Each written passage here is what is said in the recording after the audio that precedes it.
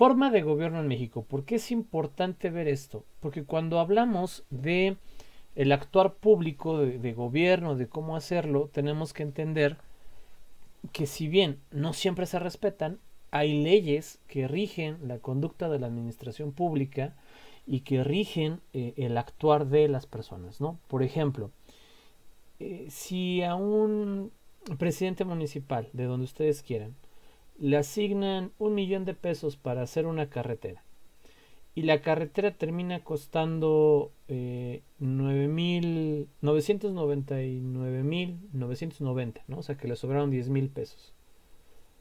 Y él dice, mira, me sobraron 10,000 pesos, vamos a poner jardineras aquí en la plaza, ¿no?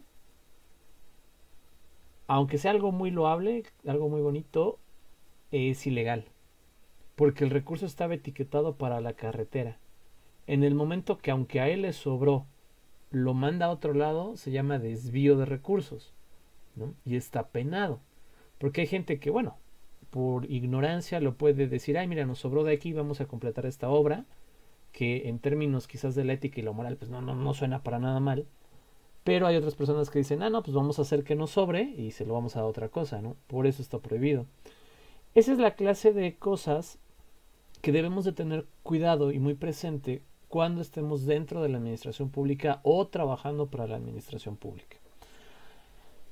También es necesario ver cómo se rige México para ver o entender parte de los procesos no solo políticos, sino gubernamentales. Entonces, esto solo es una pincelada, ¿no? De lo que es en sí todos estos temas, pero me parece que es importante que lleven, aunque sea esta pincelada.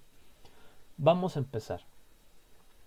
¿Cuáles son las principales características de un gobierno democrático? Recordemos que a lo largo de la historia hemos tenido, bueno, México no tantas, pero a lo largo de la historia ha habido muchas formas de gobierno, muchas formas en que el pueblo, la sociedad se organiza para administrar los bienes comunes.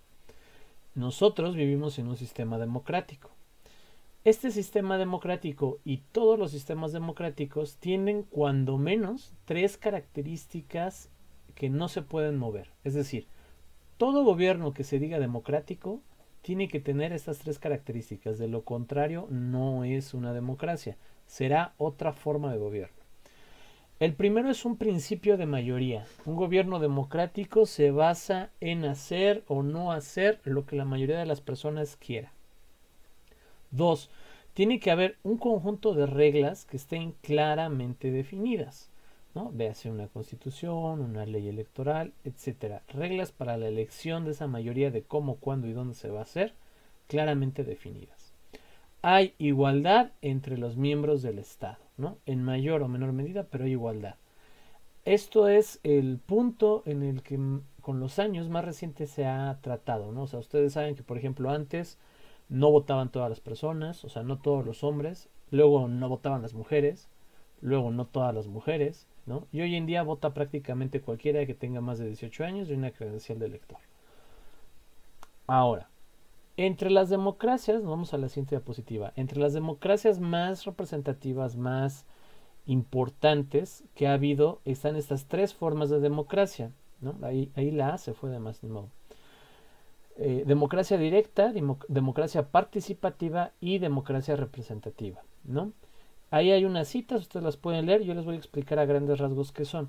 En democracia directa, pero no rápido, en democracia directa todos los que forman parte del pueblo o de la ciudadanía eligen siempre y votan siempre, siempre. Que si se pone agua, votamos, que si no se pone agua, votamos, que si se hace fiesta, votamos, que si no se hace fiesta, no votamos, que si se hace aeropuerto, todos votamos, ¿no? Pongámoslo muy sencillo, por ejemplo, tanto Andrés Manuel como Peña Nieto, cuando ambos propusieron uno Santa Lucía y el otro el Naim, si hubiera sido una democracia directa donde viviéramos, todos hubiéramos tenido que salir a votar si se quería o no se quería, ¿no? Andrés Manuel hizo un ejercicio que fue una consulta, pero no fue una elección como tal y no participó todo el mundo, no participó muy poquita gente. Ahora, ¿cuándo se podía llevar a cabo una democracia directa? Pues cuando el pueblo es pequeño, ¿no? O sea, por ejemplo, supongamos así, agarrándonos del concepto de democracia, que ustedes eligen algo, ¿no? O sea, votan entre todos. si aquí llega, por ejemplo, Abigail, ¿no? Y les dicen, ¿cómo ven si para que cuando regresemos a clases compramos pizza, ¿no? Y todos pueden votar, o sea, es muy sencillo. Tenemos aquí 11 personas, ¿no? Invariablemente debe de ganar alguien porque es un número non. Eso es un ejemplo de democracia directa. Ojo, tendría que ser en un sistema de gobierno, no en un grupo, pero es para que me entiendan. Pero ¿qué pasa si Abigail, como es bien popular, le habla a toda la universidad, ¿no? A todos sus institutos, a todas sus escuelas, y les dice, ¿cómo ven si para cuando regresemos a clase hacemos una fiesta, la gran Garzada 2021, ¿no? Y podemos contratar o a Julián o podemos contratar a Matute, ¿no? Por poner un ejemplo. Voten, ¿no? O sea, ¿se imaginan el esfuerzo que Abigail tendría que hacer y todos sus amigos para juntar los votos de todos los estudiantes universitarios, de todos lados donde la universidad tenga una escuela o un instituto? Sería muy grande. Ahora, imagínense recabar el voto de los 130 millones de mexicanos, ¿no? O de los 80 y 70 y algo que están en el padrón de elector, cada vez que hay que tomar una decisión, ¿no? O sea, cada vez que a la Cámara llega, tipificamos o no tipificamos el feminicidio, que voten los 70 millones de mexicanos, que aprobamos o no aprobamos la privatización de Pemex, que voten los 70 millones de mexicanos. O sea, ¿se imaginan el dinero, el esfuerzo y el tiempo que esto implica? Entonces, es por eso que la democracia directa ha quedado en el pasado, ¿no? O sea, pertenecía a esas comunidades griegas primigenias, a esas comunidades romanas primigenias, donde no todos votaban o tenían derecho a votar, y los que sí tenían derecho a votar, pues podían participar directamente. Está en el pasado, pero bueno, fue una de las iniciales y de las mejores, en mi opinión, formas de democracia. Este problema de que no todos podemos votar en todo el tiempo porque implica mucho gasto, esfuerzo, dinero y organización, evoluciona a una democracia representativa, en la cual todos, en algún punto, eligen a personas muy específicas para que los representen, que es la democracia en la que vivimos. Nuestros diputados locales, nuestros diputados federales, los senadores son esos, son representantes de la voluntad del pueblo. ¿Cuál es el problema?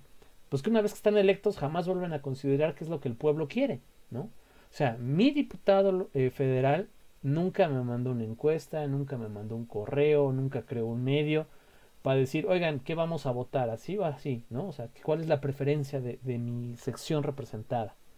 Entonces se generan coptos de poder, porque ustedes saben que los diputados, aparte que ganan muy bien, tienen muchas redes y tienen bastante poder. Pero esa es la democracia representativa. En el papel no suena mal. Ustedes hacen un ejercicio similar cuando denominan al jefe de grupo. Si imagínense que cada vez que hacemos una junta de jefes de grupo, en lugar de junta de jefes de grupo, sean todos los alumnos, ¿no? Y que cada uno tenga el mismo derecho y la misma voz y voto, pues sería imposible. O sea, para empezar, vean cómo es la coordinación de planeación, ¿no? No cabrían. En cambio, jefes de grupo, pues son 8 jefes de grupo, sí caben ahí apretaditos, ¿no? Y pueden llegar a tomar decisiones o pasar información de sus representados. Ahora, hay un ejercicio más moderno no es la palabra correcta, más contemporáneo, más actual. Es que la modernidad es un periodo de tiempo muy específico, ¿no? Es como la reforma, como el oscurantismo, es la modernidad, ¿no? La Revolución Mexicana, la independencia, la modernidad es una etapa histórica. El término modernidad usado como referencia a lo que está pasando actualmente está mal hecho. El término es contemporáneo, ¿no? O lo más revolucionario, lo más actual, ¿no? Lo más nuevo, pero no moderno. Lo más contemporáneo, o una de las estrategias contemporáneas, es la democracia participativa, que es un híbrido entre la directa y la representativa. Es decir, hay representantes de la ciudadanía que se encargan exactamente igual que ahorita, pero las grandes decisiones se consultan con la mayoría de los ciudadanos, ¿no? Las grandes decisiones se someten a voto colectivo. Ese es una democracia participativa. Los esfuerzos que se han llegado a hacer, Andrés Manuel lo hace o lo hizo, Em, Omar Fayad también, ¿no? De, ay, vamos a abrir una sección de consulta y que voten si quieren o no quieren tu obús. Hubo, ¿no? Si no se enteraron, no se preocupen, la mayoría de Hidalgo no se enteró. Este, del aeropuerto que cancelar el Naim, hubo, ahí sí se enteraron, hasta mucha gente fue aquí a Pachuca al reloj a votar y todo salió mal, ¿no? O sea, estuvo como muy mal organizado. Pero bueno, fue un primer intento de algo que no se hace, ¿no? O sea, que tradicionalmente no se hace. Claro que salió mal muchísimas cosas, yo creo que por eso ya no se han hecho. Pero bueno, al único que lo sostengo aquí es como ejemplo. O sea, ese es un ejemplo, ¿no? Que ciertas decisiones sean consultadas con toda la ciudadanía y ciertas decisiones única y exclusivamente con los representantes. Vamos a seguir. Si hay dudas, me interrumpen, no me voy a detener, ¿va? La forma de gobierno en México se encuentra plasmada en el artículo 40 de la Constitución Política de los Estados Unidos Mexicanos, la cual establece tres cosas, que es laica, que es una república, que es representativa y que es federal. Laica quiere decir que el país no está bajo ningún dogma religioso y que éste no incide en el gobierno, al menos no de manera directa. Es decir, en términos legales, ninguna iglesia puede influir en el gobierno de ninguna manera, ¿no? Ya en términos de influencia social, bueno, sí, claro, la religión católica tiene un gran peso en la toma de decisiones del país, ¿no? O sea, sí lo tiene, pero legalmente no. O sea, no hay una instancia para que la religión apruebe algo, por ejemplo, ¿no? O sea, paso 1 lo aprueban los diputados, paso 2 lo aprueban los senadores y paso 3 lo aprueba la iglesia. O sea, eso no existe. No tiene una influencia, no tiene una jerarquía. La segunda característica, república. Un gobierno republicano implica que el gobernante no es vitalicio, es decir, que cumple con un periodo de tiempo y luego se va. Es por eso que cuando la gente en un inicio decía es que Andrés Manuel se va a perpetuar para toda la vida, para empezar no me acuerdo cuántos años tiene, pero ya está viejito, ¿no? O sea, puede que no le queden muchos. No sabemos. Luego, dos, ¿ustedes creen que el PRI, PAN y todos a los que Andrés Manuel les cae mal, literal lo van a dejar quedarse en el poder más de un periodo? O sea, no, eso no va a pasar ni con él ni con nadie, salvo que sea un personaje extremadamente carismático, este, como Cuauhtémoc Blanco tal vez, ¿no? O sea, no sé, alguien que sí sea... Si Cristian Nodal se propone para presidente y gana, pues él sí me daría miedo que a lo mejor se perpetúe para toda la vida, pues porque mucha gente le cae bien, ¿no? Pero en términos de la política real, no, es prácticamente imposible. Es más fácil que dimita a que alguien renueve su periodo. Primero, porque es ilegal. Dos, porque modificar la constitución, aunque posible, sería muy muy complicado en este sentido. O sea, no lo van a permitir, ¿no? La historia mexicana tuvo periodos de reelección presidencial y nos fue muy mal, ¿no? O sea, en términos de lo macroeconómico, en uno nos fue bien, en otro nos fue mal, ¿no? Con Santana nos fue mal, con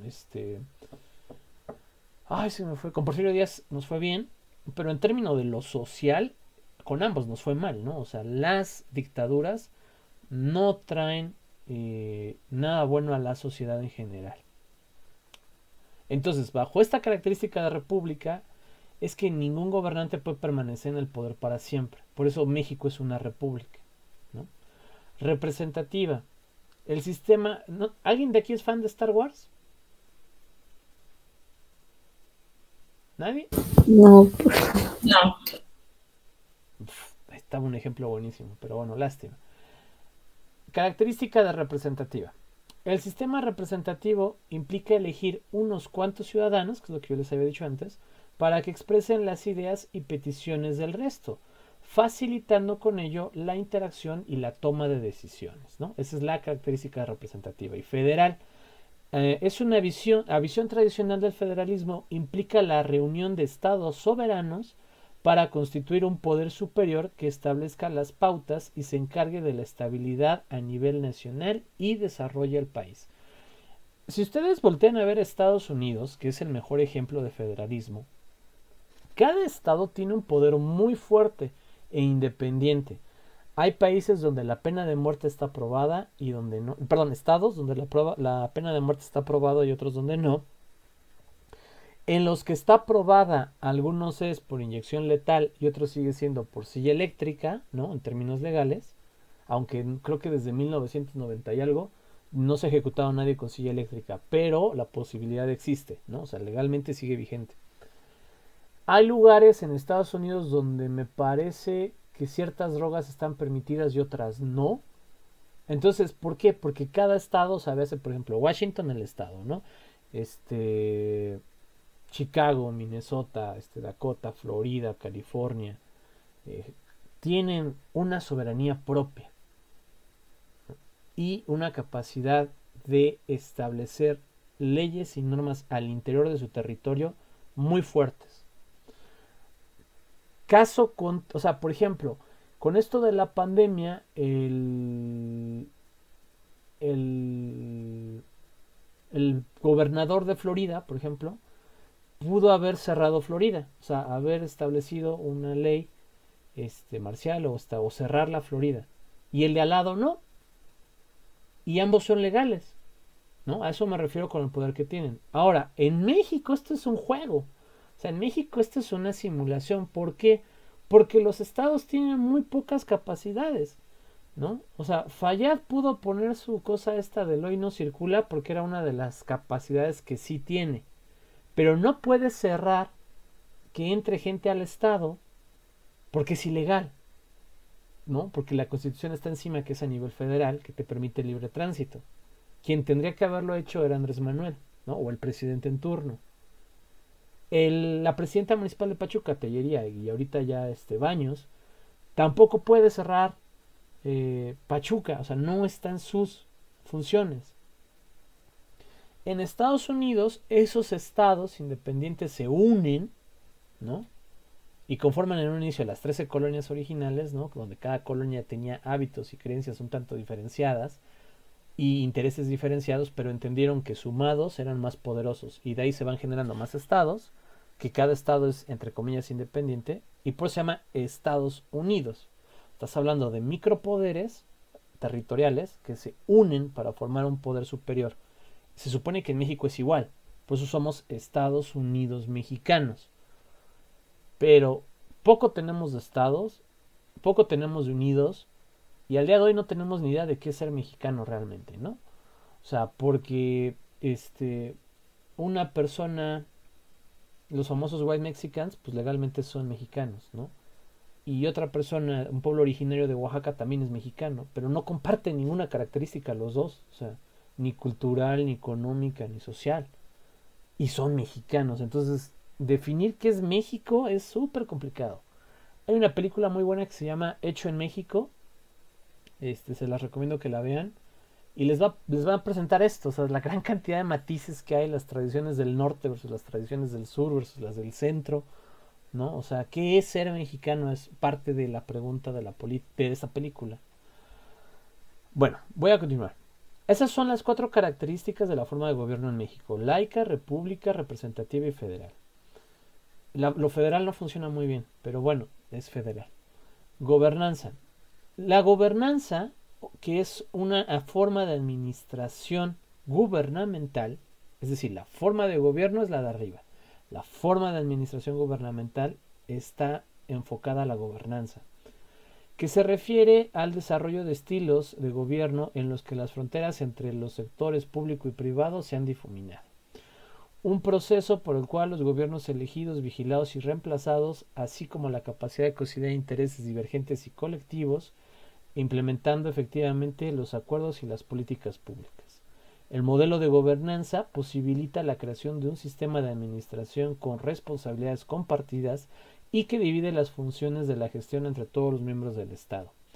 Si ustedes voltean a ver, yo creo que a sus abuelos todavía, o sus bisabuelos, si es que los llegaron a conocer, vienen de la idea de que el Estado mexicano otorgaba todo, y sí, o sea, el Estado mexicano era el encargado de la educación, de la salud, y hablamos de que no existía hospitales privados, ¿no? Ni escuelas privadas, ni nada privado, al menos no con la frecuencia que hay ahorita. Entonces, ir al hospital era el hospital gubernamental, ir a la escuela era la escuela de gobierno, no era la escuela privada. Pero ¿qué pasa? Lo mismo que pasó con la democracia directa. Creció tanto la población que ya es literalmente imposible brindarle a todos eh, pues los derechos que en teoría tienen, ¿no?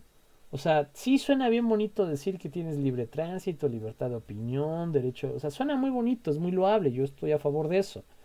Pero cuando quieres llevarlo al plano de la realidad, vas a ver que es bien complicado, ¿no? O sea, es como en una relación interpersonal, ¿no?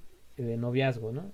No, te voy a tratar bien, te voy a cuidar, te voy a llamar a todas horas, ¿no? Y las primeras semanas todo muy bien.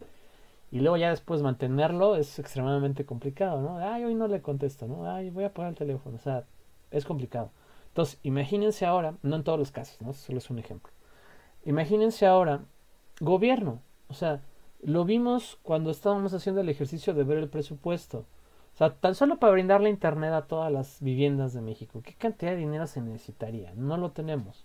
O imagínense para brindarles salud, para brindarles pues cualquier cosa que quieran que no esté presupuestada, no se tiene, ¿no? O sea, sí es cierto que hay mucha corrupción, sí es cierto que hay muchos recursos que no llegan a donde deben de llegar, pero aun y cuando llegaran, me parece que no alcanzaría. Ahora, si llegaran a donde tienen que llegar y todos los que tienen que pagar impuestos pagaran impuestos, ahí sí pienso que las cosas serían muy diferentes. Muy, muy diferentes. O sea, ahí sí pienso que si esas dos cosas se dieran, eh, sí estaríamos hablando de una capacidad de mejorar a todos los sectores de la población en México. Porque tan solo más de la mitad de las personas que ganan dinero no pagan impuestos, ¿no? Entonces es una gran cantidad de dinero ahí perdido. Supongamos que pudiéramos duplicar el presupuesto que tenemos.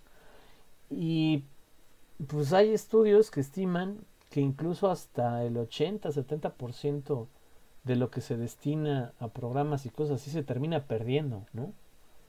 O sea, termina siendo para cosas pues inútiles.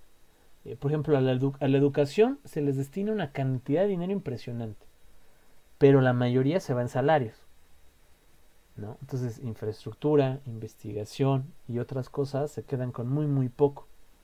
La mayoría se va en salarios y la mayoría de esos salarios pues no se desquitan realmente, ¿no? O sea, muchos sí es cierto que hay aviadores, plazas duplicadas, profesores que no van a dar clases y sí cobran, o sea, digo, supongo que ustedes lo han visto en alguna parte de su vida. Si todas estas cosas cambiaran, que es un sueño casi imposible, una utopía, pues sí, tendríamos herramientas para decir que se puede cumplir todo lo que está en la Constitución y más. Mientras esto no sea así, difícilmente se puede cumplir sea el gobierno que sea. O sea quien esté allá arriba, eh, es imposible. O sea, no alcanza virtualmente. O sea, esa es la realidad, ¿no? Vamos ahora a política pública y política social. Esto es lo que más nos interesa a nosotros en nuestra clase, ¿va? Porque estamos viendo problemática social, es decir, introducción, como su nombre lo dice, a la problemática social.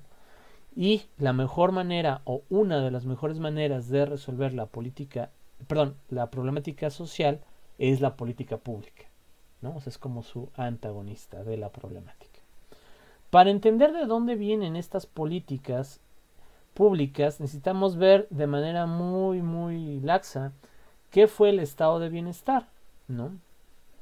O el estado benefactor. Y es esta parte que yo les platicaba donde había un pleno empleo. No voy a leer la diapositiva, ustedes lo revisan para el examen. Donde había un pleno empleo y las personas con solo acceder al empleo accedían a muchas cosas. Es decir, tú entrabas a trabajar y tenías prestaciones, ¿no? Créditos hipotecarios, créditos para vehículos, tenías derecho a pensión y jubilación, bonos de trabajo, cobertura médica, ¿no? Incluso hasta en las mejores épocas del sindicalismo mexicano, boletos para eventos deportivos, eventos culturales, ¿no? O sea, acuerdos comerciales con ciertas empresas para que te dieran descuentos en la compra de, por ser miembro de, ¿no? De cierta empresa, de cierto lugar. El Estado, en la época del estado de bienestar, tenía que satisfacer todas las necesidades de sus ciudadanos.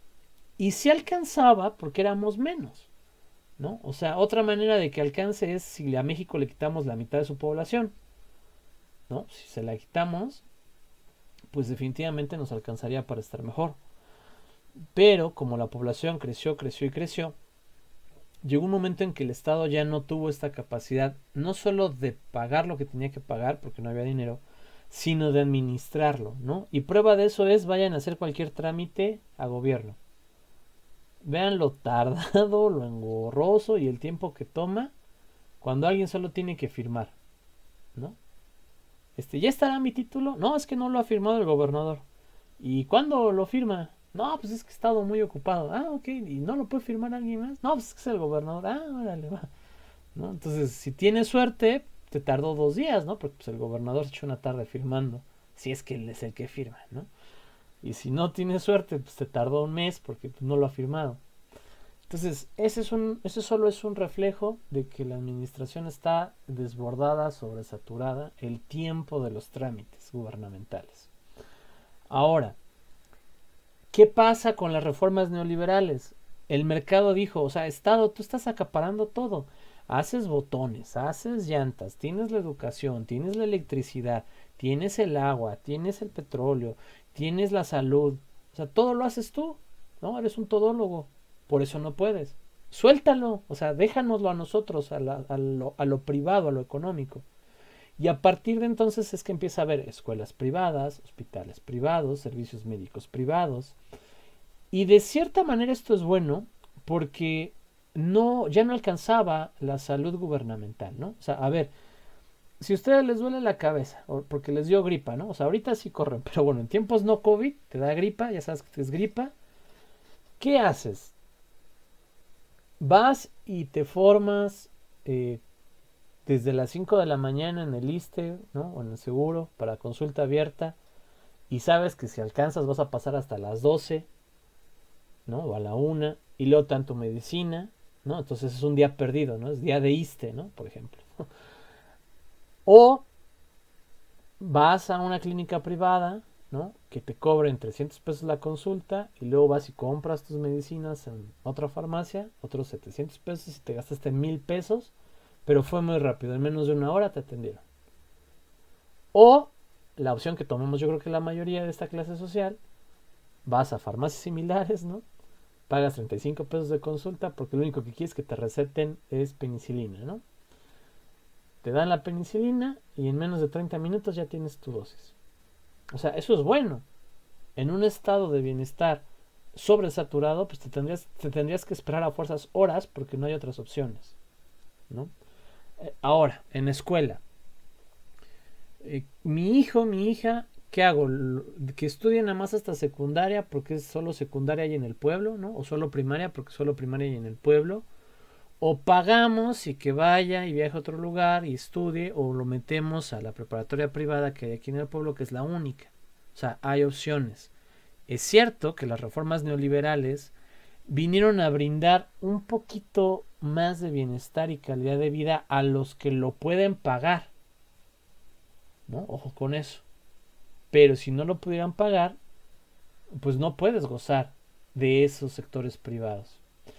Estas reformas van a hacer que cada vez sea más laxo, más flexible el gobierno y que te otorgue menos, o sea, otorgue menos cosas, ¿no? Y lo podemos empezar a ver, por ejemplo, en salud, ¿no? O sea, ya van varios sexenios de que de repente cierta medicina ya no la da gobierno, ¿no? O sea, ya no la da tu seguro, la tienes que comprar tú, ¿no? Ciertos tratamientos ya no los cubre el seguro, los tienes que pagar tú, ¿no? O sea, y eso ha sido siempre, a veces más, a veces menos, pero ha estado presente, pues pongámosle de 1980 para acá, ¿no? Que es más o menos la época, o sea, ha estado presente. Entonces, todos estos servicios que anteriormente tenía el gobierno se han ido privatizando y lo seguimos viendo, o sea, en el sexenio de Peña Nieto les tocó ver cómo se dio apertura a las gasolinerías privadas, ¿no? O sea, antes todas eran de Pemex y había una especie como de concurso, como de, no me acuerdo cuál es el término, pues como de concesiones de Pemex, ¿no? Para administrar una gasolinería de Pemex. Hoy en día el modelo es diferente y por eso vieron que hay muchas marcas más de gasolina que curiosamente todas las suministra Pemex, ¿no? O sea, pareciera que es la misma gasolina, solo le cambian el color. Y sí es cierto que ciertas gasolinerías le adicionan un aditivo, ¿no? Pero sería el equivalente a comprar el aditivo en cualquier tienda, cargar en un Pemex y echárselo a tu tanque, ¿no? O sea, y los aditivos son, es como muy fino, ¿no? O sea, es como cuando vas a un restaurante muy, muy fino y te dicen, ay, mire, prueba este aceite de no sé qué, y tú lo pruebas, pues tu paladar ya todo dañado por tacos de la esquina, ¿no? Pues dices, no, la verdad no tengo ni idea, ¿no? O que te hablan de vinos, ¿no? Ay, es que este vino tiene toques de moras y acidez y tú lo pruebas y no le encuentro la mora por ningún lado, ¿no? O sea, porque claro, no tenemos la cultura, la preparación, la identificación para detectar estas cosas. Es igual los aditivos, ¿no? O sea, hay que ser como ingeniero petroquímico o mecánico como para terminar de entender realmente cuándo es bueno un aditivo y cuándo no. Entonces vas a la gasolinería que en teoría percibes que te roba menos o que percibes que te da los litros más completos, ¿no? Pero no vas por lo que cada una te especifica, ¿no? O sea, por ejemplo, Repsol tiene un aditivo que es como para proteger el motor. Shell para que gane más potencia. La otra verdecita que se me fue su nombre es como la mitad de ambos mundos, ¿no? O sea, pero realmente, insisto, ¿cuántos curioseamos para saber esta información y tenerla de primera mano? O sea, no. Y luego vas con el de la gasolinera y te dice, no, no es cierto, es que no le echamos, ¿no? Porque no hubo. O sea, vaya, es interesante cómo funciona cada una de las gasolineras, cómo funciona cada uno de estos servicios que se han privatizado, ¿no? Esas diapositivas, bueno, las pueden leer ustedes. Vámonos a política pública social. Es más o menos la historia que les conté, está plasmada ahí, ¿no? Que es la diapositiva 45. Podemos decir que toda acción de gobierno es una política, pero no todas son políticas públicas. A ver, todo quehacer de gobierno es una política, pero no por eso van a ser políticas públicas. Corso, Franco, hace una clasificación sencilla de los tipos de políticas más comunes que existen, ¿no? Que son, por ejemplo, políticas de Estado, que se caracterizan por ser de largo plazo y a nivel federal y buscan cumplir con lineamientos establecidos en la Constitución. Políticas de gobierno, las cuales representan la estrategia de un gobernante en turno, como puede ser un gobernador estatal, sin importar el nivel, ya sea federal, estatal o municipal, pero se ve más a nivel estatal o municipal, que buscan mejorar un sector social y se suelen establecer en planes de desarrollo. Por último, las políticas públicas, que son acciones realizadas por el gobierno para dar solución a problemas públicos y tienen detrás un amplio proceso y análisis en su elaboración. Franco define la política pública como acciones de gobierno con objetivos de interés público que surgen de decisiones sustentadas en un proceso de diagnóstico y análisis de factibilidad para la atención efectiva de problemas públicos específicos, en donde participa la ciudadanía en la definición tanto de los problemas como de las soluciones. La política pública también puede ser definida como las acciones que el gobierno realiza para satisfacer las demandas de su población o para administrar su territorio enfocado siempre a problemas.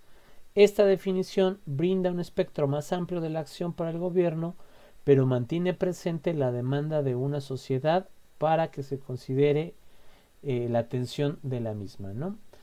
A ver, aquí voy a hacer un paréntesis. Un problema público se torna público cuando sucede una de dos cosas o las dos cosas. Que ha llamado la atención de un número importante de la población, X número, o que está afectando a un número importante de la población, ¿va? Profe, ¿qué número? Depende mucho, ¿no? Por ejemplo, ¿cómo se llama este personaje que desgraciadamente murió porque un policía le puso así, lo ahogó con la rodilla? Hace poco, bueno, poco es un decir, alguien que se acuerde del nombre que desencadenó todo esto de Black Lives Matter otra vez.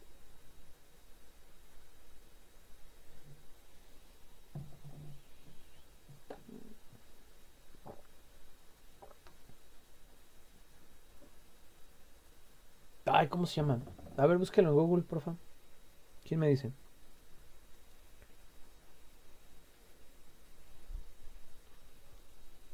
George George Floyd. Floyd. Gracias, George Floyd. Perfecto. A ver, con George Floyd, literal, pues era un problema privado, porque a él fue el que atacaron y su familia es la que más afectada se debió haber visto. Pero se convirtió en todo un icono que reforzó un movimiento ya existente y una demanda en Estados Unidos y en el mundo muy constante, que es que, bueno, las vidas de la gente de color importan, ¿no? Literal sería las vidas negras importan, ¿no? Pero si alguien se ofende, digamos de color o pónganle el término que quieran. Ahora, por otra parte, todos los días hay comunidades indígenas en México que son explotadas, que son violentadas, que son más que una persona y quién está enterado o a quién importan, ¿no? Entonces, ¿cuál es el número, profe? El número es místico. Es decir, hay un número X que cuando se cruza, el problema es público. Que mi novia terminó conmigo, problema privado, ¿no? Este, que mi novio terminó conmigo, problema privado. Que mi mejor amigo me dejó de hablar, problema privado, ¿no? Que me chocaron el coche, problema privado. Que hay un bache que ya dañó 10 coches, problema público, ¿no? Que se fue la luz en mi casa, problema privado. Que se fue la luz en toda la colonia, problema público, ¿no? O sea, ese es como que el punto que quiero que lleguen a ver. Cuando afecta a un número X de personas o cuando pone en riesgo un componente vital de la sociedad. Así se genera un problema público. Y las políticas públicas son las soluciones a estos problemas públicos, ¿va? Por ejemplo, ha habido problemas privados que se han convertido en públicos, ¿no? Aquí en Pitayas, por ejemplo, aquí en Pachuca, ahí en Pitayas y en Tuzos, se inundaban bien feo hace unos años y afectaban muchas viviendas. Entonces un día se desbordó un Hawái y inundó todo Pitayas. Y no me acuerdo bien qué pasó del lado de Tuzos, pero también se inundó todo bien feo. Y estamos hablando de agua en las casas hasta el techo, ¿no? O sea, parecían esos videos de Oaxaca, Veracruz, de otros lugares que luego vemos en las noticias, ¿no? Entonces se convirtió, era un problema privado que la colonia se inundaba poquito. Pero cuando se inundó toda, pues fue una alerta muy grande por la gran cantidad de personas de Pachuca que habitan ahí. E incluso en ese entonces Fayad era presidente municipal y Xiong era gobernador, ¿no? Y Fayad nadie lo quería, ¿no? Le dijeron de cosas que, híjole, qué feo. Y a Xiong lo apoyaban mucho. Xiong es muy apreciado en el estado. Al menos yo tengo esa percepción. O sea, no estoy diciendo que hayan sido buenos o malos. Estoy diciendo que en términos generales la aceptación de ambos es muy, muy diferente, ¿no? Habrá que ver cómo termina Fallada ahorita. En fin, retomo, nos vamos a la diapositiva 47. Las políticas públicas y las acciones redistributivas en la sociedad deben de enfocarse en que el talento y el esfuerzo sean las características que más impacten en la posibilidad de lograr una movilidad social, restando la importancia del lugar de origen en los factores físicos y personales. Esto es una definición de movilidad social de Vélez Grajales. ¿Y por qué la metí aquí?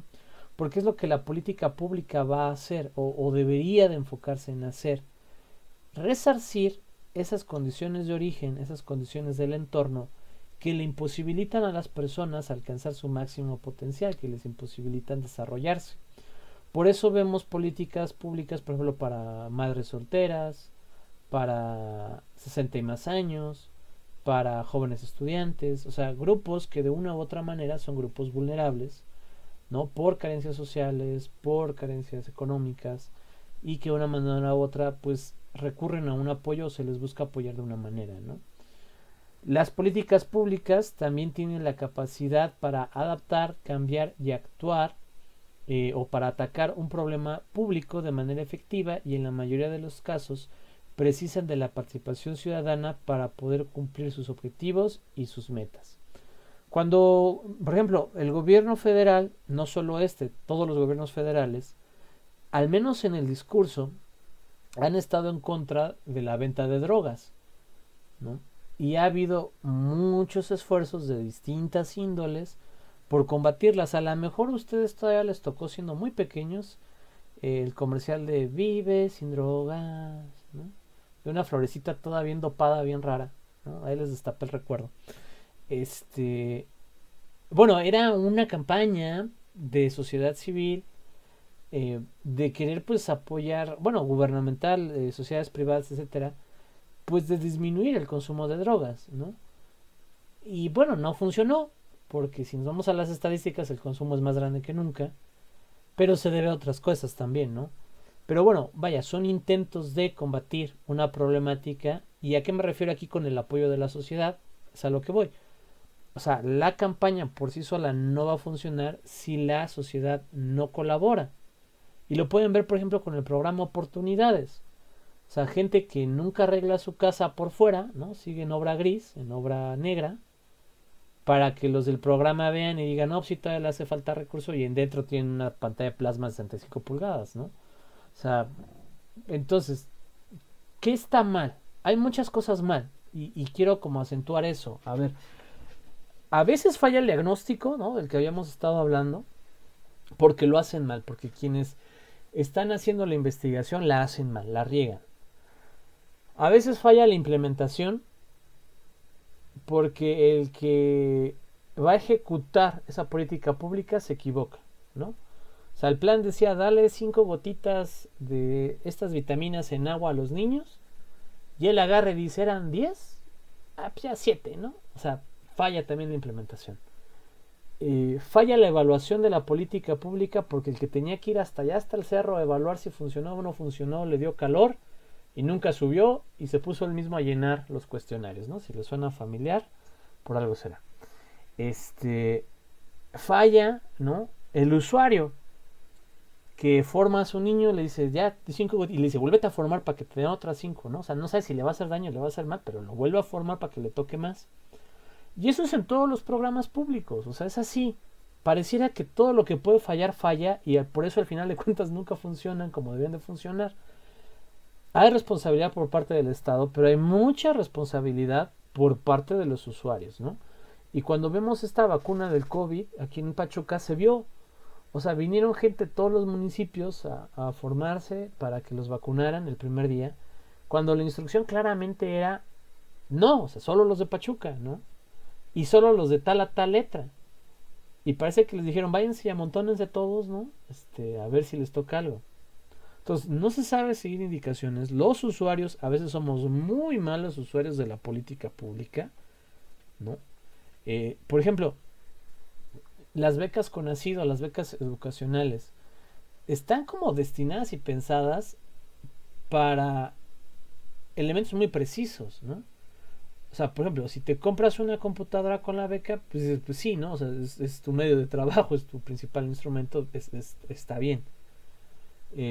Si te compras, por ejemplo, no sé, pues un buen de cerveza, pues ya no. O sea, no. Solo que tomado piensas mejor, pero no lo creo, ¿no? O sea, esas son como las cosas que podemos desviar y que estamos haciéndole un mal uso, ¿no? O sea, por ejemplo, esas becas también son, por ejemplo, para comprar libros. Pero si tú vas y los fotocopias y los descargas ilegalmente, pues ya le estás dando a la torre al autor y a la editorial y no estás sumando, ¿no? O sea, vas cortando, vas sesgando. Entonces el programa no funciona como debería de funcionar por todos los actores, ¿no? Esto no quiere decir que todos sean así. Hay programas con muy buenos diagnósticos, pero mal implementados. Hay programas muy mal diagnosticados, pero muy bien implementados. Hay programas bien diagnosticados, bien implementados, donde el usuario lo hizo todo mal. Y hay programas mal diagnosticados, mal implementados, donde el usuario lo hace muy bien. Entonces, es muy difícil decirles, si tienen bien el diagnóstico y el usuario es bueno, el programa va a funcionar. O sea, no es algo matemático, no es así. A veces puede estar bien todo y no funcionar como se esperaba por elementos externos, ¿no? Tembló, llovió, se quemó, etcétera. A veces pareciera estar muy mal todo y por pura gracia divina termina funcionando, ¿no? Entonces es complicado. Y esto se los menciono porque cada vez que vayan ustedes a tratar un problema público, que ojo, van a tratar con varias problemáticas en el tercer parcial, prácticamente ustedes van a dar el tercer parcial, ¿no? Yo les voy a guiar, pero vamos a ver puras problemáticas sociales. Ya regresando de clases el martes, les daré las especificaciones, pero vamos a meternos de lleno a puras problemáticas sociales. La recomendación no es tarea, la recomendación es que en vacaciones se dieran tiempo de conocer qué problemáticas sociales hay, ¿no? Entiéndase pobreza, desigualdad, secuestro, violencia, drogadicción, ¿no? Falta de emprendedores o micro y pequeñas empresas, qué problemas presentan, delincuencia, muertes, mortalidad infantil, nupcialidad, es decir, de todo puede haber una problemática, para que cuando regresen ya lo tengan más claro y trabajen menos. Pero las vamos a ver, ¿no? Vamos a la 48, dice, la política social no solo debe de apoyar a los sectores más vulnerables, que esto es importante, y en situación de pobreza, también debe de procurar crear las condiciones idóneas para lograr una mayor participación y con ello una movilidad social. O sea, movilidad social es un concepto de pasar de una clase social a otra, ¿no? Si es, dividan a la población en 5 quintiles, ¿no? El primer quintil será siempre el más pobre, el quinto será el más rico. Entonces, moverte de aquí a acá, o de aquí a acá, o de aquí a acá, es movilidad social. Pero también al revés, pasar de aquí a acá, o de aquí a acá, o de aquí a acá, también es movilidad social. Eso es movilidad social en estos términos. Generando en el proceso oportunidades para todos, garantizando calidad en servicios básicos como la educación, la salud, la alimentación, la seguridad, ¿no? Etcétera.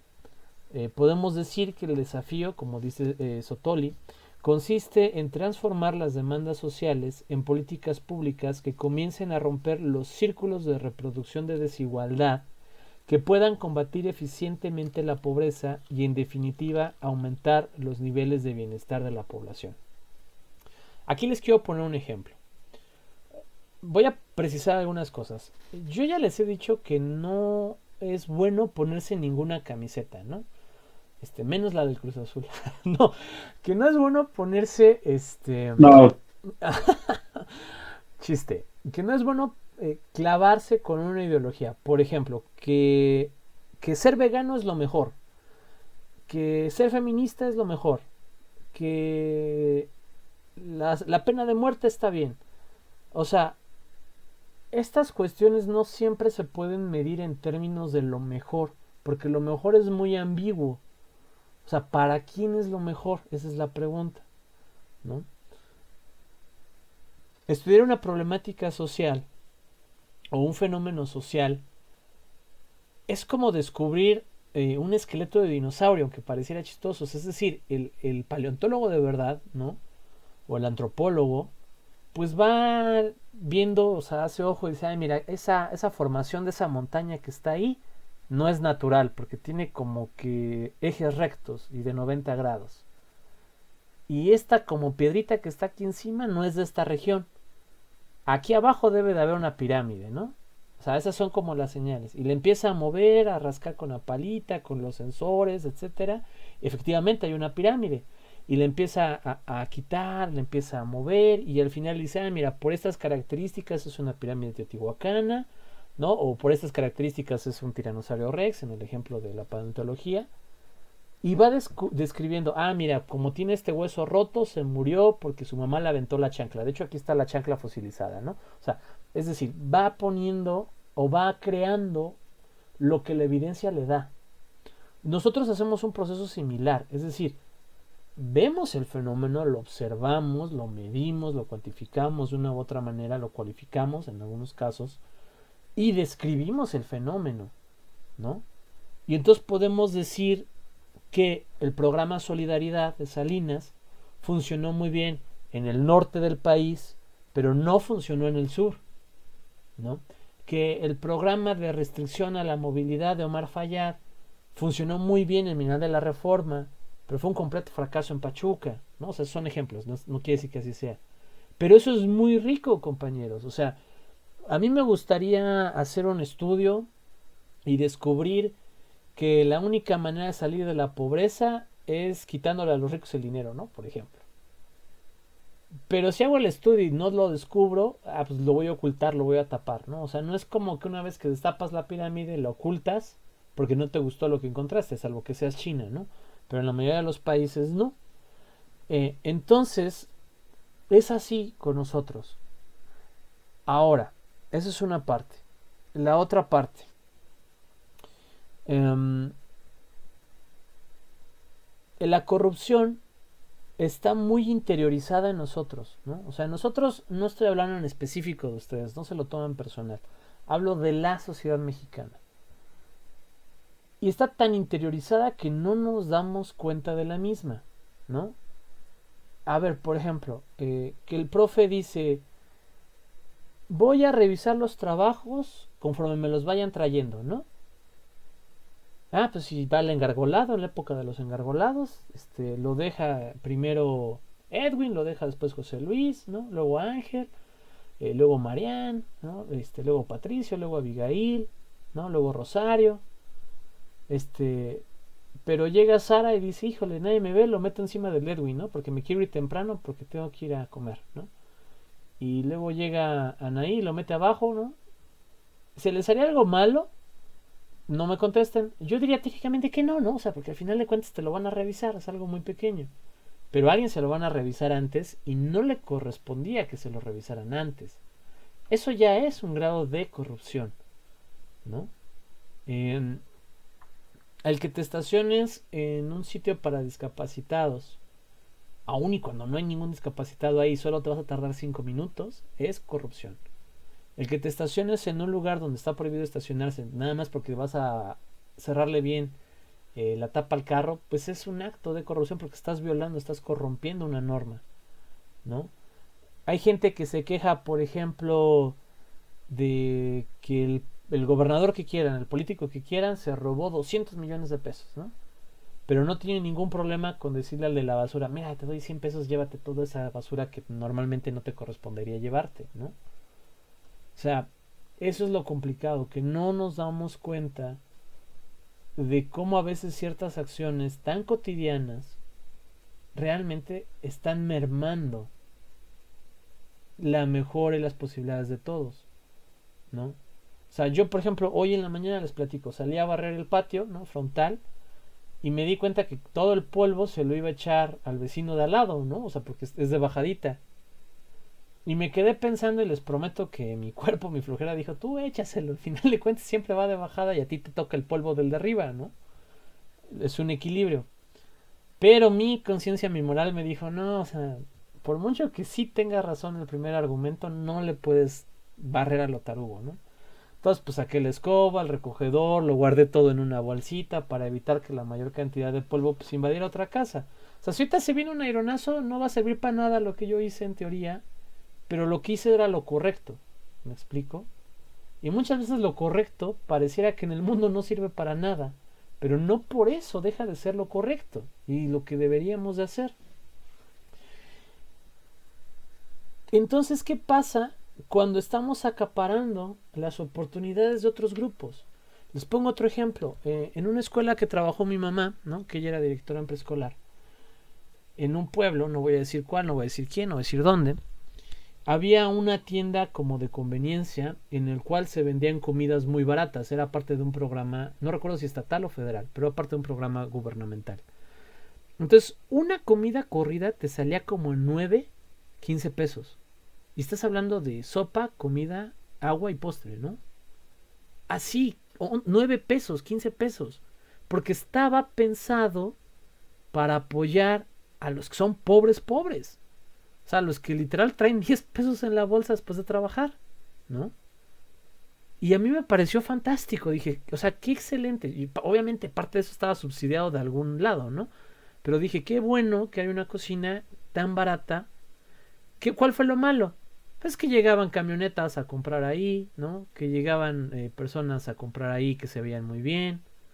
Incluso a mi mamá le llegaron a decir, ay, vaya a comprar ahí, es bien barato. Y cuando mi mamá se dio cuenta de que, o sea, costaba 9 pesos, ¿y por qué costaba 9 pesos? Dijo, o sea, no puedo comprar aquí, porque aunque no somos ricos, pues no somos tan pobres, ¿no? O no somos pobres. Entonces es ventaja, es abuso, o sea, ¿qué es cuando te aprovechas de este estilo de circunstancias? Y yo espero que ustedes no hablo de ustedes, estamos hablando de la sociedad mexicana, que sí es muy frecuente, ¿no? O sea, cuando las lechitas del DIF, en lugar de repartirlas, te las llevas para tu casa. ¿no? O sea, cuando los bultos de cemento compras dos más y en lugar de que sean para la obra pública son para echarte tu patio en tu casa.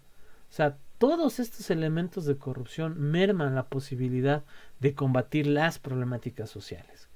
Y si se los menciono es con la finalidad de que piensen a futuro en las estrategias que ustedes usarán cuando sean tomadores de decisiones, si es que ese es el camino que van a seguir. ¿Qué mecanismos de vigilancia, qué mecanismos de control se pueden implementar para tratar de reducir lo menor esto? Yo conozco uno bien fácil, ¿no? Y es el castigo, ¿no? Es decir, lo punitivo, la sanción, el que haya consecuencias a tus acciones. Gran parte de estas consecuencias son muy laxas, ¿no? Son muy mínimas. O sea, en México me parece que no llegó a haber multa porque salieras en la pandemia, ¿no? O sea, corríjanme si me equivoco. Pero en España algunos iban hasta los 2.000 euros, ¿no? O sea, estás hablando de 40,000 pesos de multa. Yo les pregunto a ustedes, ¿se arriesgarían a salir sabiendo que los pueden multar con 40,000 pesos? Y que si los multan se las van a aplicar y no hay manera de darle 500 pesos al poli para que ya no los multe. O sea, ¿saldrían? Es un ejercicio mental. Yo pienso que no. O sea, yo de loco salgo porque no gano eso en mucho tiempo, ¿no? O sea, no me sobran 40,000 pesos. Entonces, no. Pero el sistema judicial en México deja mucho que desear, ¿no? El sistema punitivo y de sanciones deja mucho que desear. O sea, imagínense un programa público como Oportunidades. Y ojo, puedo estar equivocado, ¿no? O sea, es mi idea. Un programa público como Oportunidades donde si cachamos que estás haciendo mal uso del recurso, te embargamos todo lo de tu casa, para que ahora sí necesites el recurso, ¿no? A ver qué tal. O sea, ¿qué pasaría? ¿Se atreverían? ¿No? Que tu beca, en lugar de cosas educativas, la usaste para irte de fiesta, pues ya te cancelamos el nivel educativo, ¿no? Te cancelamos la beca y nos debes tantas horas de servicio comunitario. ¿Usarías la beca para lo que no es? O sea, si supieras que las consecuencias son muy, muy graves y quizás exageradas, yo pienso que no. O sea, yo pienso que no. Pero bueno, habría que estudiarlo a fondo. Vamos a seguir. En la 49, uno de los principales objetivos de la política social va a ser siempre combatir la pobreza. Sin embargo, no es la única función de la misma. También tiene que lidiar con la prestación de servicios, promover la adquisición de bienes públicos por parte de los ciudadanos, evitar riesgos de la población a través de compensaciones, ¿no? O en una última instancia se busca una constante redistribución de la pobreza. Las políticas se encargan de todo esto, ¿no? Las políticas públicas. Vamos a ver de manera muy rápida etapas de elaboración de una política pública. Esto es como muy general, puede haber más, puede haber menos, pero básicamente hay 4 etapas: gestación, diseño, implementación y evaluación de impacto o evaluación. En la gestación es el surgimiento y la identificación de los problemas públicos y forma parte de la agenda, ¿no? En la época, voy a dejarlo de la evaluación hasta abajo, ahorita lo explico. En el diseño hay análisis del problema, análisis de las situaciones, de las soluciones, análisis de la factibilidad, recomendaciones de la política pública y el plan de acción de la política pública. En la implementación está la decisión, la presupuestación, la legislación y la ejecución de las agencias gubernamentales encargadas. Y al final es la evaluación de los efectos de la política pública. Ahora, si esa tabla de ¿cuánto es? De 4x3, ¿no? Le cortan la última fila, ¿no? O sea, cortan la última fila. Ese era el modelo tradicional de una elaboración de una política pública. Sin embargo, la última fila se agrega porque se dieron cuenta de que solo iban a descubrir si el diseño y la implementación estaban mal hasta una vez que se hayan realizado, porque la única etapa de evaluación estaba al final, ver los efectos de la política pública. Ahora hay evaluaciones ex ante, evaluación concomitante y evaluación ex post, que son, en términos más simples, evaluación antes de la política pública, durante el diseño de la política pública y después de la aplicación de la política pública. Estas evaluaciones que se dan a través de matrices, a través de manuales, te permiten identificar sesgos, ¿no?, que tú pudieras haber pasado por alto, y dependerá del lugar en donde estén, del nivel de gobierno, cómo se realizan estas evaluaciones y qué elementos se consideran. Pero, por ejemplo, van desde lo más básico. A ver, el documento tiene el logo oficial, el nombre oficial está bien, el cargo está bien, la firma está bien, ¿no? Los artículos citados son los adecuados. Porque si no, luego te topas que el plan de desarrollo de Hidalgo dice que el objetivo es desarrollar las costas, las praderas, ¿no?, del estado. Entonces, ¿las costas? Y luego ves el de Veracruz y te das cuenta que ese párrafo es igualito, quién sabe por qué, ¿no? Porque parece ser que eran gemelos y uno estudió aquí y otro allá, pero bueno, ese tipo de cosas son las que quieres evitar en una evaluación ex ante, ¿no? Estas etapas te van a garantizar que al menos tu versión final de política pública tenga más posibilidades de éxito. Entonces, ténganlas presentes cuando algún día les toque formar parte de, ¿no? Por último, debemos de tener presente que sin la participación social, en especial de los directamente involucrados en los programas, los esfuerzos presupuestales encuentran pronto sus límites. Pero a la vez, sin una conciencia pública amplia del problema social y sin un compromiso del conjunto de la sociedad y de sus élites en la materia, no hay contribución fiscal capaz de soportar dichos esfuerzos. O sea, no es netamente una cuestión única y exclusiva del dinero. Hay otros elementos detrás, ¿no? O sea, no solo es dinero. Y seguramente si lo analizan en su vida, espero que no, pero seguramente tienen un abanico de problemáticas, algunas más importantes, otras menos. La pregunta es, ¿todas sus problemáticas se resuelven con dinero? Algunos sí, pero algunos descubrirán que no, que hay otras problemáticas que no es una cuestión de dinero. Lo mismo pasa en la política pública, no todo es cuestión de dinero. A veces va más en el diseño y en la participación de la ciudadanía que en el dinero. Por ejemplo, los casos de feminicidio. Yo tengo dos teorías locas, ¿no? Dos propuestas medio locas. Una, por ejemplo, ningún bar o centro de entretenimiento similar puede abrir si no tiene una agencia confiable de transporte. ¿Para qué? Para que si una chica va de fiesta, tenga un medio seguro por el cual regresar a su casa, ¿no? Y eso lo tiene que garantizar el bar. A ver, legislémoslo, me parecería una buena medida, ¿no? Otra medida me parecería no ir al bar, pero bueno, sé que no se puede, ¿no? O sea, una buena medida. Otra, organizaciones vecinales, ¿no? O sea, a ver, en esta colonia, 5 de nuestras hijas salen del Ixú a las 9 de la noche de noche. Pues hoy le toca a doña Clarita irse a esperarlas y acompañarlas. Mañana le toca a don Ramón, ¿no?, irse a esperarlas y acompañarlas. Pasado le toca a Juanito, pasado le toca a Juanita, ¿no? Otra, por ejemplo, organizarse entre los propios alumnos, ¿no?, entre las propias chicas. ¿Saben qué? Hoy nos toca acompañar a esta compañera, ¿no?, a tal lugar. Mañana esta otra compañera, mañana otra compañera, o entre compañeros mismos, ¿no? Nos vamos a subir todos juntos y nos vamos a cuidar. O sea, eso podría ser estrategias en la misma esfera de lo social para solucionar problemas que el gobierno no puede o no quiere hacer, ¿no? O sea, no estar esperando a que el gobierno nos haga las cosas, aunque sea su obligación, tendría que ser como el pensamiento que debe de estar en nuestra mente, ¿no? O sea, podemos hacer más desde la sociedad civil, desde unirnos nosotros mismos que sufrimos los problemas, que esperar a que haya una patrulla siempre afuera del Ixú cuidando cuando luego está dormida, ¿no? O sea, es complicado. O sea, podríamos sumar más esfuerzos, más fuerzas. Pero bueno, eso es en el aire, ¿no? Solo son ideas. Vamos por último a ciudadanía. Vamos a terminar rápido con esto. ¿Por qué es importante la ciudadanía? Porque solo los ciudadanos deberían de votar, ¿no? ¿Qué es ser ciudadano? Solo los ciudadanos forman parte de la vida pública, de la vida social.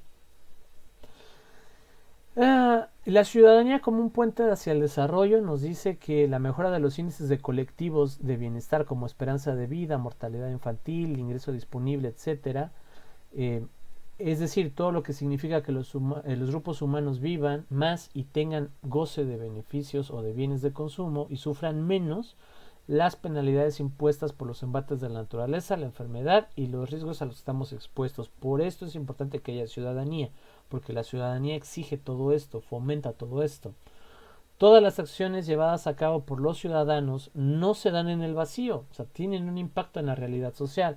Gracias a las protestas de las mujeres para votar, hoy en día votan.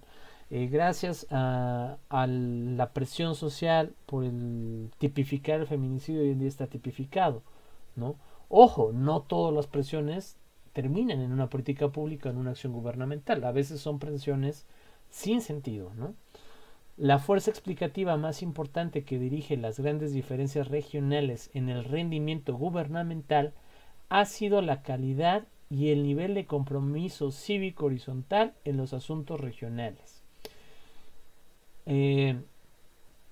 Aquellos lugares donde la ciudadanía es más activa, y me refiero a que están vigilando constantemente lo que hace su presidente, su gobernador, el otro presidente, sus diputados, sus magistrados, que les están exigiendo información, que les están pidiendo auditorías, esos funcionan mejor. O sea, es decir, generan más niveles de desarrollo porque hay una constante vigilancia. En donde esto no existe, pues el gobernador o el gobernante que sea hace lo que quiere, ¿no? O sea, esa es la realidad. ¿Qué elementos impiden el pleno desarrollo y participación de la ciudadanía? Bueno, para esto veremos primero el marco legal mexicano. En el artículo 34 nos dice que son ciudadanos de la República los varones y mujeres que, teniendo la calidad de mexicanos y que además tengan 18 años y un modo honesto de vida. Es lo único que se necesita para ser ciudadano, y en mi opinión está mal. Porque un ciudadano debe de ser alguien capaz de informarse, de investigar, de contrastar, de equiparar y de ver cuáles de las propuestas políticas realmente son viables, cuáles son asequibles, cuáles no, y en consecuencia votar. De lo contrario tenemos este merchandising del voto, ¿no? Que te doy una tortillera, que te doy bultos de cemento, que te doy una tarjeta de bienestar, o sea, por parte de todos los partidos políticos comprando votos. Cuando el voto, en lugar de ser comprado, debería ser un voto informado. Y de voto informado casi no tenemos nada, ¿no? Hay derechos y obligaciones por parte de los ciudadanos. En el artículo 35 están los derechos, ¿no? En el artículo 36 están las obligaciones. La pregunta es si todos cumplimos con estas obligaciones o no. Ahí se los dejo, eso nada más como de manera muy general, no lo voy a preguntar en el examen. Marco relacionado con la participación ciudadana federal y estatal. Bueno, hay otros artículos en la Constitución, en la Ley Federal de Consulta Popular, en la Ley General de Planeación y en la Ley de Participación del Estado de Hidalgo, ¿no? Y vienen ahí algunos elementos. Cabe destacar, por ejemplo, vean el artículo 7 de la Ley de Participación Ciudadana del Estado de Hidalgo, que cuando un ciudadano o quienes pueden solicitar una consulta. El gobernador, él solo la puede solicitar. Si el gobernador quiere, puede hacer una consulta, ¿no? A la ciudadanía sobre un tema. Los diputados locales, siempre y cuando sean el 33% de ellos. Y los ciudadanos pueden solicitar una consulta siempre y cuando sean el 2%. Y el 2% equivale a 40.700 ciudadanos. Y estos tienen que recabar firmas que sean legibles, que sean en papel, bien esparciadas, porque así lo marca la ley. Yo les pregunto cuándo van a recolectar 40.700 firmas para algo, para una consulta, ¿no? Y para una audiencia pública, bueno, ahí está también algunos inconvenientes. Entonces es complicado, no hay muchos espacios para la ciudadanía. Vámonos a la página 60. Hasta ahorita esto de ciudadanía no lo voy a preguntar, ¿va? Es nada más como para informarles. Hay un cumplimiento de leyes en materia de participación ciudadana. Para el año 2017, solo 8 estados de los 32 tenían leyes de participación ciudadana. Los otros 24 no. Es decir, ni siquiera hay una ley que rija, que dogme cómo es que el ciudadano va a participar. Algo importante, la educación en México no forma ciudadanos. ¿no? En el 2015 el promedio era 9.1 años, me parece que ahorita ya está en 9 punto y algo, 9.3. No se nace siendo un ciudadano territorial, es necesario formarlo, que sea consciente de a qué sociedad pertenece, a qué gobierno pertenece, ¿no? Si de posibilidades o espacios se tratara, podríamos decir que la educación puede capacitar al ciudadano dándole prioridad a la comunidad, a su integración y a los valores.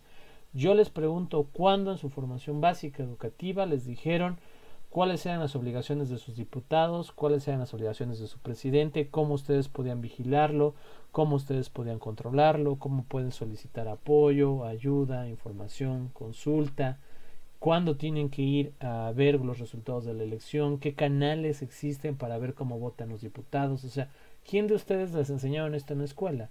Pienso que a casi nadie. Eso es muestra de que en realidad la escuela no forma ciudadanía, ¿no? El ciudadano ha de involucrarse en la esfera pública con conocimientos, valores y destrezas que le permitan desarrollar un sentido de lealtad y de responsabilidad hacia la comunidad que pertenece. Esta última parte son 2 diapositivas, yo les pido que pongan aquí ya toda su concentración, ya habremos terminado todo lo previsto para este parcial, quizás un tanto de manera rápida, pero los elementos más precisos están ahí. ¿Qué tan complicada es la política para usted? ¿No? O sea, esto fue parte de la encuesta nacional sobre cultura política y prácticas ciudadanas. El 84.22%, que son si suman estos porcentajes, considera que la política es cuando menos algo complicada, ¿no? O sea, 84% de las personas piensan que la política es complicada, no la entienden, ¿no? Cuando se analizó la parte del marco legal, se notó la complejidad de dichos procesos, es decir, cuántos de ustedes conocían, ahorita que puedan echarle un ojo, a estas leyes que están acá en la diapositiva 58 y 59, o sea, cuántos las conocían, cuántos sabían que tenían estas posibilidades de participar, ¿no? Es complicada, es la percepción de. Y en la pregunta 28, a los funcionarios públicos no les preocupa lo que piensa la gente como yo. ¿Qué tan de acuerdo está con este enunciado? El 73.9% de los ciudadanos piensan que los funcionarios públicos no se preocupan por lo que ellos piensan, ¿no? Los resultados obtenidos en esta pregunta son un claro ejemplo de que el sistema representativo, el que yo les hablé en un inicio, se ha visto rebasado y es incapaz de representar realmente a todos los ciudadanos. Vuelvo al punto. ¿Cuándo sus diputados federales han visto que los consultan? Y algunos dirán, bueno, profe, es que en la página, en el Twitter del diputado sí puso una consulta. Yo diría, sí, estoy de acuerdo. Pero ese medio es suficiente para realmente consultar a todos sus representados o a la mayoría de sus representados. La respuesta va a ser no, ¿no? Porque está estudiado, no porque yo sea vanidoso. Entonces, es difícil. Esta es la situación a la que nos enfrentamos. Un sistema gubernamental muy lejos de la sociedad y una participación ciudadana inexistente muy lejos del gobierno, ¿no? Entonces, uno y otro esperan cosas del uno y del otro sin realmente conocerse, sin realmente apoyarse, sin realmente cumplir con lo que a cada uno le corresponde en términos generales. Hasta aquí vendría el segundo parcial, ¿no? No voy a preguntar del apartado de ciudadanía, pero todo lo que vimos antes sí lo voy a preguntar. ¿Dudas, preguntas, comentarios, dudas, recomendaciones?